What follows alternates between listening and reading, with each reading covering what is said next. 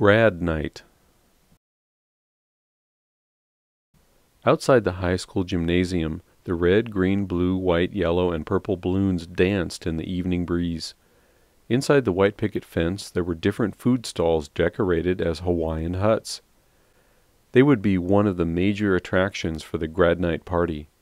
Parents wearing scarlet t-shirts with Lakeshore High in white on the back were busy coming in and out of the auditorium.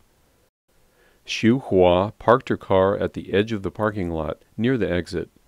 Tomorrow morning, after the all-night party, she would be able to take her son Ron home before the crowds. She had talked many times long distance with her husband in Taiwan. He couldn't make it to the graduation.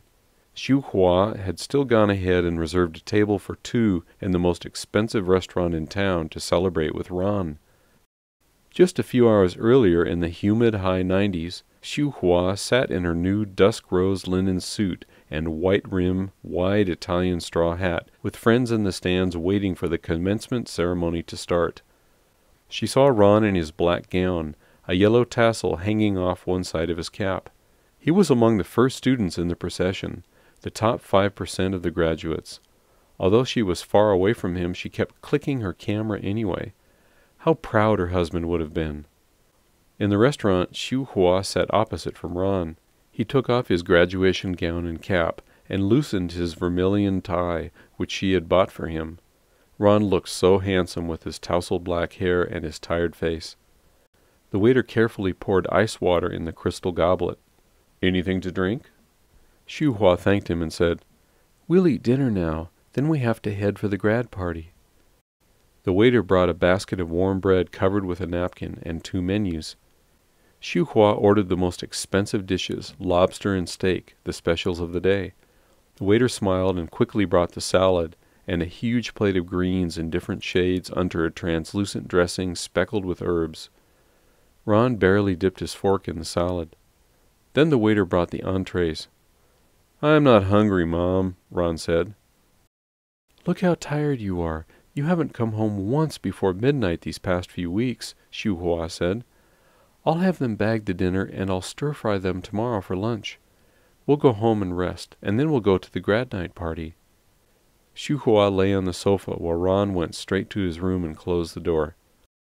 She turned on the television to relax and dozed off. When she woke up, it was dark outside. She changed into the Lakeshore t-shirt and a pair of jeans. She took a quick look in the closet mirror. She could still wear jeans. The door to Ron's room remained closed. She listened outside for a moment. The graduates wouldn't have to arrive at the gym until 9, but as a volunteer she had to be there no later than 7. The gymnasium had been transformed into a Hawaiian paradise of lush, bushy palm trees, real birds of paradise, and red hibiscus plants. There were stalls labeled tattoo, palm reading, cartoon drawing, skeet ball, and karaoke. On one end there was a gambling area with tables for roulette and blackjack. The other end was reserved for dancing with a platform for the band. Grad night was the culmination of all the graduation celebrations. Nearly 100 parents had spent over a year in preparation for the event. Xiu Hua had gone to a dozen of preparation meetings, and since yesterday morning she had been cutting, pasting, and decorating the gym with the other volunteers. From the fresh plants brought in from the nursery to the rented gambling tables, nothing was compromised. Everything was perfect. This was, after all, the richest high school in the whole county. Xiu Hua helped to put the last few flowers in the stalls. Then she went outside to get some fresh air. It was dark except for the immediate area around the gym. Millions of tiny light bulbs were lit, almost like Christmas in June. She passed the stalls with names like Paradise Burgers, Paradise Cold Drinks, Paradise Gyros, and Paradise Wontons. From 9 till 5 the next morning, the students could only play, eat, and spend the time inside the makeshift paradise surrounded by the white picket fence. The clock outside the gym said 8:20. In 40 minutes the graduates would be pouring in. Now the path leading from the gym to the library was quiet. Xiu Hua walked out of the white fence slowly toward the library. The air smelled familiar. When her husband and she decided to send Ron to school in the States, she went with him. Ron had attended Lakeshore High for 4 years, and the first 3 years she chauffeured him every day. This last year he had gotten his driver's license, and she didn't have to drive him anymore, but she volunteered to help in the library and had walked on this path hundreds of times. There were smooth cement benches along the path. On one of them there was a single long-stem rose. The back of the bench was covered with drawings done by an Asian immigrant student whose family had escaped to this country. He had recently collapsed on the gym floor while playing basketball, and later died because of a congenital heart condition. She was volunteering in the library that day and saw the fire engines and ambulances. She had seen him lifeless and being carried to the ambulance on a stretcher. He would never be able to attend his grad night party. She thought of another immigrant student who had hung himself in the garage because he failed several courses. He too could never attend this sort of party. Competition was the first and last name of Lakeshore High. For all the well-off immigrants, that their children could succeed in Lakeshore High was something that proved that all their sacrifices were worthwhile. For their children it was a possible passport to an Ivy League college and a guarantee for survival in the new society. Xiuhua thought that if she had let Ron study here alone, renting a room from one of the boarding ladies and eating takeout food, what would have become of him? Xiuhua felt a chill down her spine. She quickly turned back toward the paradise inside the white picket fence. Several Chinese volunteer mothers were at the Paradise Wonton Hut. Xiuhua joined them.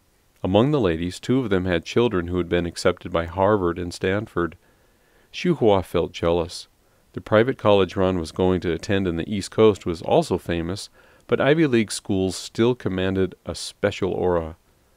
Xiuhua had encouraged Ron to apply for these institutions, but he had his own ideas.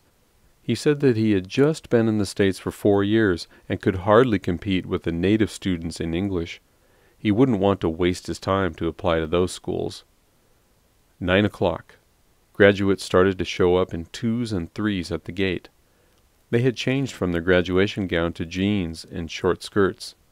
Xiuhua walked around the fence trying to spot Ron. Maybe he was too tired and still napping. Let him sleep a little longer. One of the volunteer committee came over to Xiuhua and asked her whether she could fill in for the palm reading specialist because she was late.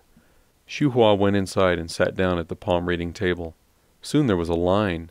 She smiled at the first student and asked her to open her palm, pretending to look at it while asking a few basic questions. She listened as the student answered excitedly. The young lady was not interested in her academic future, but rather her future love life. Xiuhua was a little surprised, but a general answer seemed to satisfy her.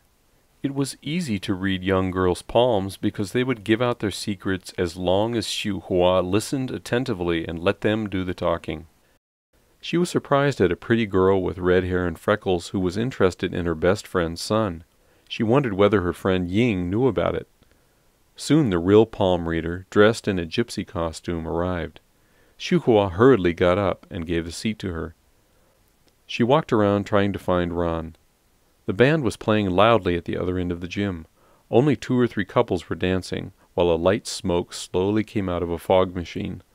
Then she saw at the entrance Ron and his friends Steve, Heidi, and another American girl showing up as a group. They were talking and laughing. She was surprised. Steve had asked Ron to ask the yellow-haired Heidi to the prom at the last moment. Ron had to buy an orchid and share the expense of taking Heidi to an expensive restaurant in a limo with Steve and his girlfriend.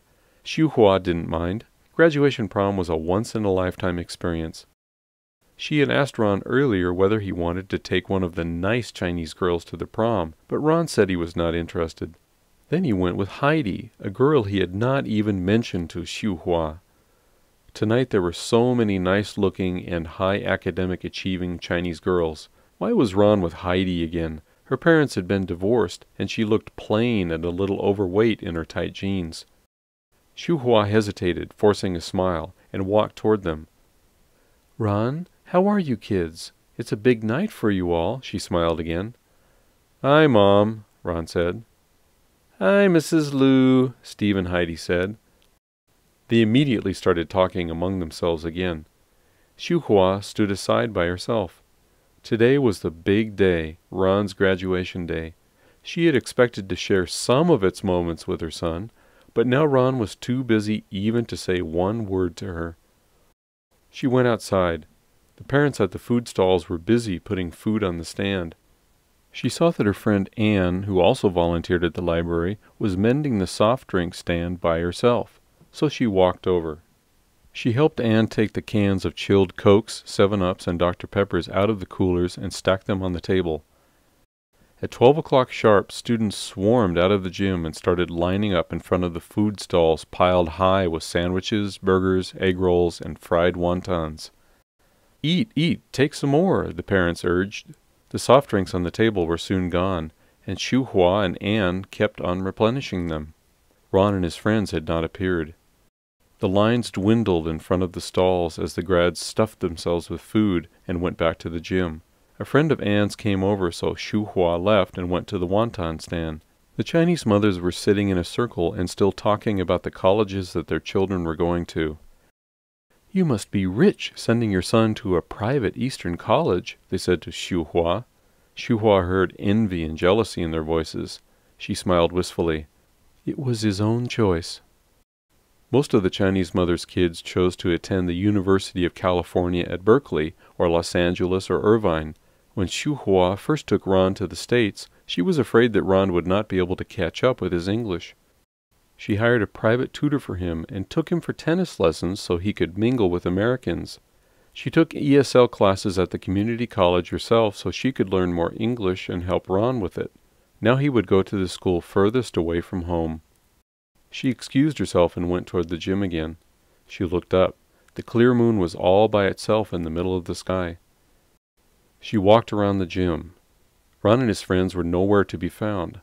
Finally she went to the back of the gym. She heard people speaking in a little room.